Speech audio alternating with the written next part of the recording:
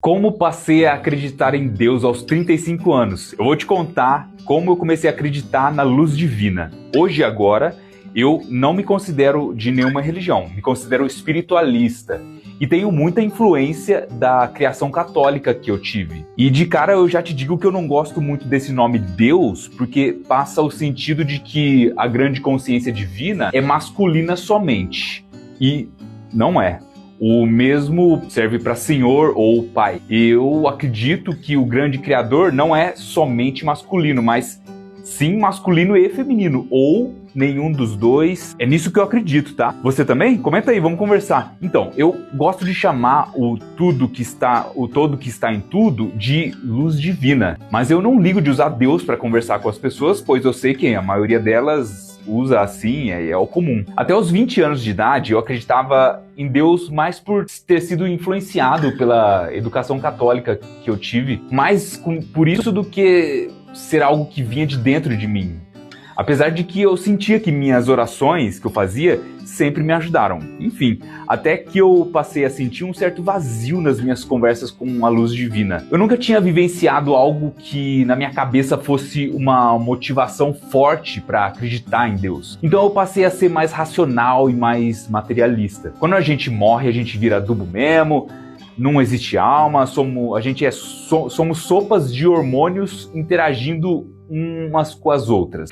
Daí eu passei a crer que Deus podia existir ou não, e que eu não precisava escolher acreditar nele ou não, que eu não era obrigado a escolher acreditar em Deus ou não, e a gente não é obrigado mesmo, por mais comum que isso seja. Mas no meu aniversário de 36 anos, em 2024, um amigo meu e colega ator, o Lucas Gargione, ele me deu o livro tibetano dos mortos, pois eu falei para ele que ele sabia e ele sabia que eu sempre quis ler esse livro.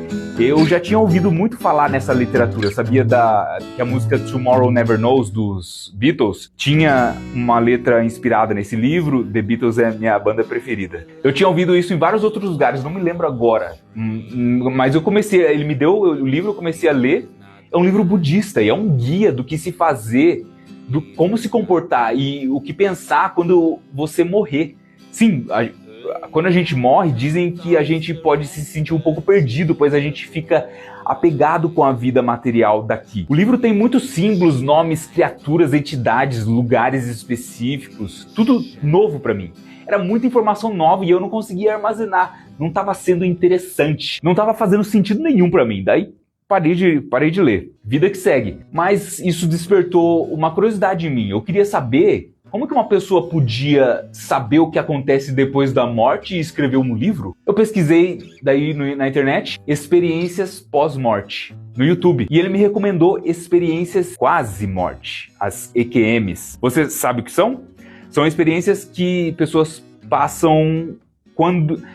São experiências que as pessoas passam quando entram em coma ou se acidentam feio ou têm algum contato com o plano espiritual, de modo que quase morreram, mas voltam. Eu conheci o trabalho do Wagner Vieira, comecei a ler o livro Projeciologia, Panorama das Experiências da Consciência Fora do Corpo Humano, que é muito legal. Basicamente, diz que nós somos consciências, ou almas, se você preferir assim, ou espíritos. Eu sou uma consciência que habita esse corpo físico. Minha consciência está conectada a esse corpo físico por meio do meu corpo energético. Minha consciência é meu corpo emocional. E nós temos o corpo mental, que conecta a todos nós, todos e todas nós. À noite, quando a gente dorme, todos nós saímos do corpo.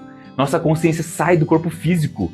E a maioria de nós fica pairando em cima do corpo físico, inconsciente disso. Se a gente começar a estudar e a treinar, a gente pode ficar consciente disso e, eventualmente, visitar o plano espiritual durante o sono. Pegou a conexão com o livro dos mortos? É assim que pessoas conseguem ter acesso a informações do plano espiritual, que é o lugar onde a gente vai depois que a gente morre e antes de reencarnar de novo em outra vida. É a esse lugar que a gente pertence realmente. E essa vida aqui nossa na Terra é somente uma aula na escola da evolução da nossa consciência até a iluminação. Hoje eu acompanho bastante o Wagner Borges. Já li o seu livro Viagem Espiritual e hoje eu tô lendo o Oráculo da Noite para saber diferenciar sonho de projeção espiritual, projeção consciencial também. Aconteceu algo muito legal em um certo lindo dia da minha vida em que eu estava gostando muito de tocar 3 músicas no violão, com violão e voz, né? The Beatles, Blackbird, Rogério Skylab, Oficial de Justiça e The Beatles, Dear Prudence. E tocando essa última, eu tive um insight pesado, profundo, que me levou a uma grande revelação. Prudence é uma música maravilhosa. Se você não conhece, você precisa conhecer, simplesmente. Ela, para quem toca violão, a sexta corda, a mais grave, ela não é afinada em Mi, como normalmente é. Ela é afinada um tom abaixo. Ela é afinada em Ré. Daí, ela basicamente fica assim.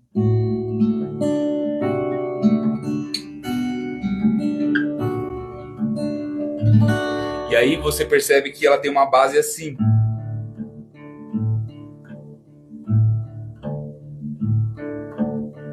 Lá, ré, ré, ré, lá, ré, ré. Lá, ré, ré, ré, lá, ré, ré, ré, lá, ré, ré. E aí você percebe que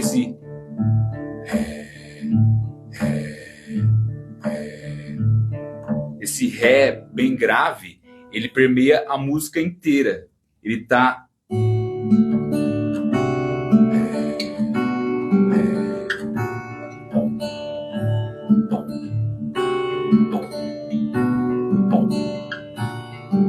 ela tá atrás da música inteira, com nota mais grave, permeando a música inteira, permeando a música inteira. E aí eu pensei, meu Deus, eu fiz uma analogia com a vida.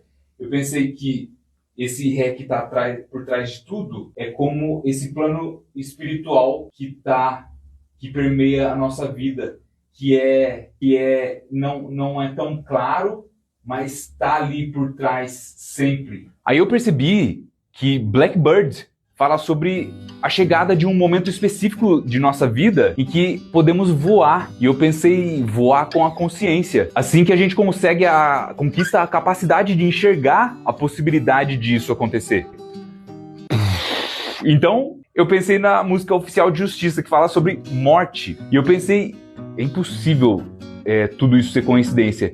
E foi assim que, gradualmente, eu passei a acreditar em Deus.